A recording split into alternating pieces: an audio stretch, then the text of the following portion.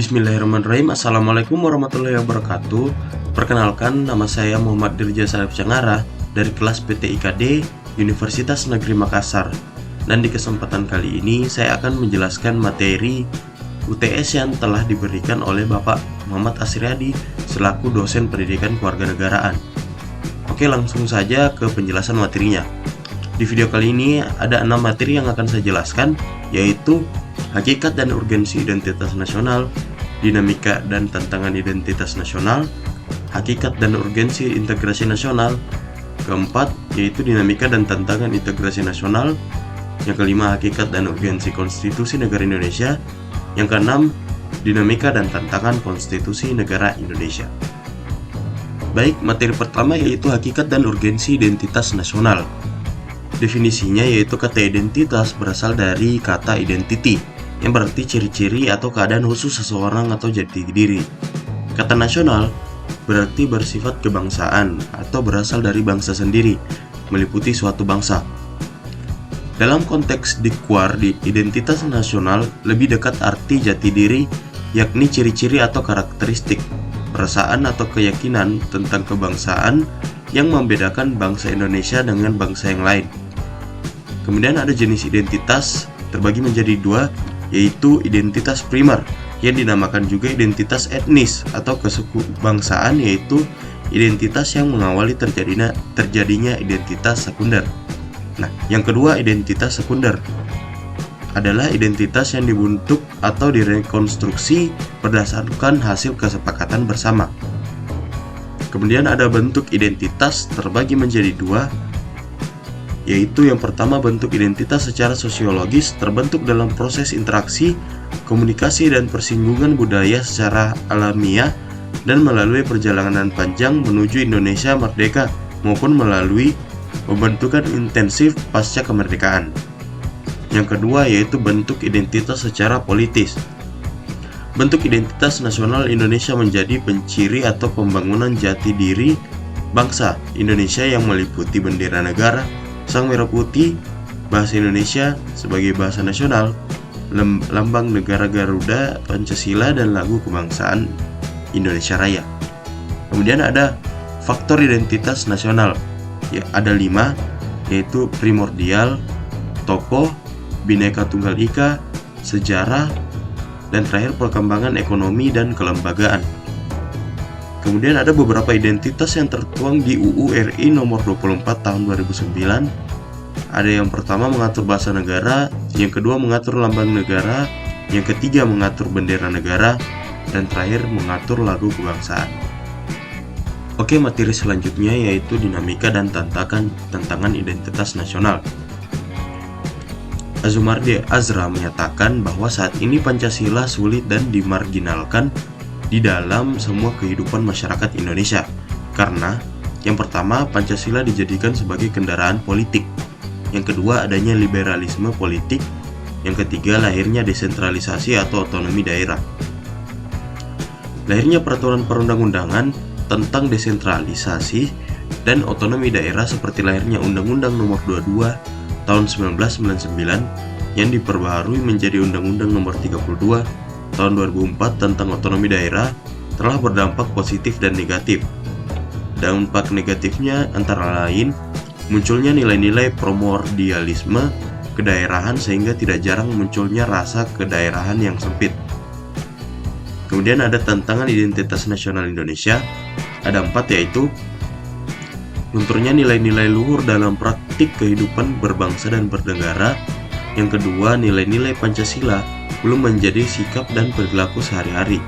Yang ketiga, rasa nasionalisme, patriotisme yang luntur dan memudar, atau lebih menghargai dan mencintai bangsa asing. Yang keempat, menyukai simbol-simbol asing daripada lambang-lambang atau simbol bangsa sendiri. Yang terakhir yaitu strategi untuk mempertahankan identitas nasional. Ada 4, yaitu pendidikan, pelestarian budaya, pengembangan nasionalisme, dan terakhir bela negara. Baik, materi selanjutnya yaitu hakikat dan urgensi integrasi nasional. Yang pertama yaitu pengertian integrasi berdasarkan para ahli. Yang pertama yaitu Safruddin Bahar Safruddin Bahar menyatakan bahwa integrasi merupakan upaya menyatukan seluruh unsur suatu bangsa dengan pemerintah dan wilayahnya. Menurut Riza Nur Arfani, integrasi merupakan pembentukan suatu identitas nasional dan penyatuan berbagai kelompok sosial dan budaya ke dalam suatu kesatuan wilayah. Dan menurut Juliati Suroyo, integrasi merupakan bersatunya suatu bangsa yang menempati wilayah tertentu dalam sebuah negara yang berdaulat. Kemudian, menurut Ramlan Surbakti, integrasi merupakan proses penyatuan berbagai kelompok sosial budaya dalam suatu kesatuan wilayah dan dalam suatu identitas nasional. Kemudian yang kedua yaitu jenis integrasi, terbagi menjadi 3, yaitu integrasi politik, yang kedua integrasi ekonomi, yang ketiga integrasi sosial budaya. Selanjutnya ada syarat integrasi, yaitu yang pertama, anggota masyarakat merasa bahwa mereka semua berhasil untuk saling mengisi kebutuhan-kebutuhan yang satu dengan yang lainnya. Yang kedua, terciptanya kesepakatan bersama mengenai norma-norma dan nilai-nilai sosial yang dilestarikan dan dijadikan sebagai pedoman. Yang ketiga, norma-norma dan nilai-nilai sosial yang dijadikan yang baku dalam melangsungkan proses integrasi. Kemudian ada faktor pembentuk integrasi, ada 4, yaitu adanya faktor sejarah sebagai nasib bangsa terjajah. Yang kedua, rasa cinta tanah air dari warga negara. Yang ketiga, keinginan untuk bersatu sesuai dengan peristiwa Sumpah Pemuda pada tanggal 28 Oktober 1928. Yang terakhir, adanya kesepakatan dan konsensus nasional berupa lagu kebangsaan dan bendera nasional. Kemudian ada faktor penghambat. Yang pertama, adanya ancaman dari luar. Yang kedua, kondisi masyarakat yang heterogen menjadikan negara susah untuk diintegrasi. Yang ketiga, kurang merapatnya pembangunan menyebabkan beberapa daerah merasa saling iri. Yang keempat, adanya faktor dalam yang bisa memecah belah beberapa wilayah. Yang kelima, wilayah suatu negara yang terlalu luas. Baik, materi keempat yaitu dinamika dan tantangan integrasi nasional. Yang pertama yaitu model integrasi yang berlangsung di Indonesia. Ada 3, yaitu model integrasi Imperium Majapahit. Model integrasi pertama ini bersifat kemaharajaan atau Imperium Majapahit. Struktur kemaharajaan yang begitu luas ini berstruktur konsentris. Yang kedua yaitu model integrasi kolonial. Model integrasi kedua atau lebih tepat disebut dengan integrasi atas wilayah Hindia Belanda. Hindia Belanda baru sepenuhnya dicapai pada awal abad 20 dengan wilayah yang terentang dari Sabang sampai Merauke. Yang terakhir yaitu model integrasi nasional Indonesia. Model integrasi ketiga ini merupakan proses berintegrasinya bangsa Indonesia sejak bernegara merdeka tahun 1945. Meskipun sebelumnya ada. Selanjutnya yaitu strategi atau pendekatan pengembangan integrasi. Yang pertama yaitu adanya ancaman dari luar. Yang kedua, gaya politik kepemimpinan. Yang ketiga, kekuatan lembaga-lembaga politik. Yang keempat adalah ideologi nasional. Yang kelima, kesempatan pembangunan ekonomi.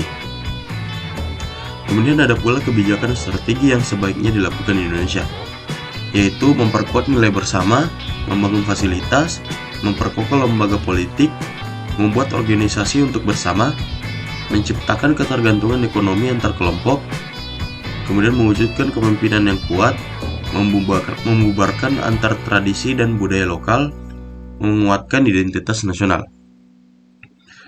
Ada pula tantangan dalam membangun integrasi horizontal dan vertikal. Dalam dimensi horizontal, tantangan yang ada berkenaan dengan pembelahan horizontal yang berakar pada perbedaan suku, agama, ras, dan geografi.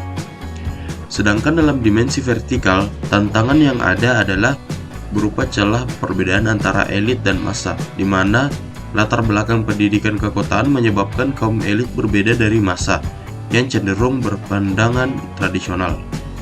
Oke, materi kelima yaitu hakikat dan urgensi konstitusi negara. Yang pertama yaitu pengertian. Konstitusi merupakan seperangkat aturan atau hukum yang berisi ketentuan tentang bagaimana pemerintah diatur dan dijalankan. Kemudian ada sifat konstitusi, ada dua yaitu fleksibel. Fleksibel adalah konstitusi yang dapat diubah melalui proses yang sama dengan undang-undang. Sedangkan konstitusi rigid adalah konstitusi yang perubahannya dilakukan melalui cara-cara atau proses khusus. Kemudian ada sumber konstitusi, ada tiga yaitu yang pertama historis, perjuangan dan penegakan hak-hak dasar manusia berujung pada penyusunan konstitusi negara. Kemudian yang kedua yaitu sosiologis, adalah konstitusi yang menjamin hak-hak dasar warga negara. Yang ketiga yaitu politik, yaitu undang-undang dasar membatasi dan mengendalikan kekuasaan politik.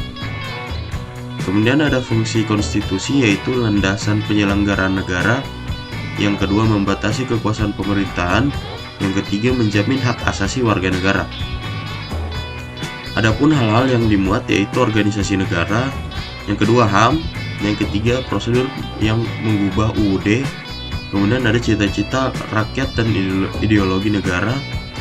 Dan yang terakhir larangan mengubah sifat tertentu dari UUD. Kemudian ada atribut kenegaraan, yaitu bendera negara Indonesia ialah sang merah putih, pasal 35. Kemudian bahasa negara ialah bahasa Indonesia, pasal 36. Lambang negara ialah Garuda Pancasila dengan semboyan Bhinneka Tunggal Ika, pasal 36A. Dan terakhir lagu kebangsaan ialah Indonesia Raya, di pasal 36B. Oke, materi terakhir yaitu dinamika dan tantangan konstitusi negara Indonesia. Sejak dilakukannya proklamasi pada 17 Agustus 1945, UUD negara tahun 1945 mengalami dinamika pasang surut antara konsekuen dan tidak konsekuen. Di bawah ini merupakan periode-periode konstitusi negara Indonesia. Periode pertama yaitu 1945 sampai 1949 yang berlaku UUD negara RI 1945, namun tidak sepenuhnya dijalankan secara konsekuen. Periode kedua yaitu 1949 sampai 1950 berlakunya konstitusi RIS atau Republik Indonesia Serikat. Periode ketiga yaitu tahun 1950 sampai 1959 yaitu berlakunya UUD sementara.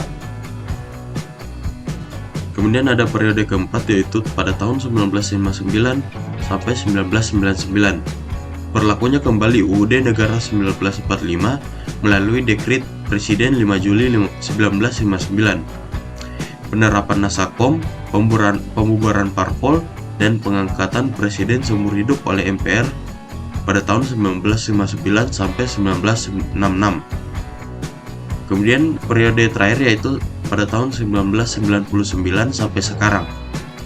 Pada periode ini UUD RI 1945 mengalami amandemen sebanyak 4 kali, yaitu pada tahun 1999, tahun 2000, 2001, dan 2022. Adapun hasil amandemennya yaitu yang pertama semua anggota MPR dipilih melalui pemilu. Yang kedua, presiden dan wapres tidak harus WNI asli, tapi WNI sejak kelahirannya. Yang ketiga, masa jabatan presiden maksimal 2 periode. Yang keempat, presiden dan wapres dipilih langsung oleh rakyat, bukan lagi oleh MPR. Yang kelima, munculnya Mahkamah Konstitusi sebagai lembaga baru di bidang yudikatif. Nah, begitulah tadi hasil pemaparan materi yang sudah saya jelaskan. Semoga bisa bermanfaat bagi kita semua. Terima kasih. Wabillahi taufiq wal hidayah. Wassalamualaikum warahmatullahi wabarakatuh.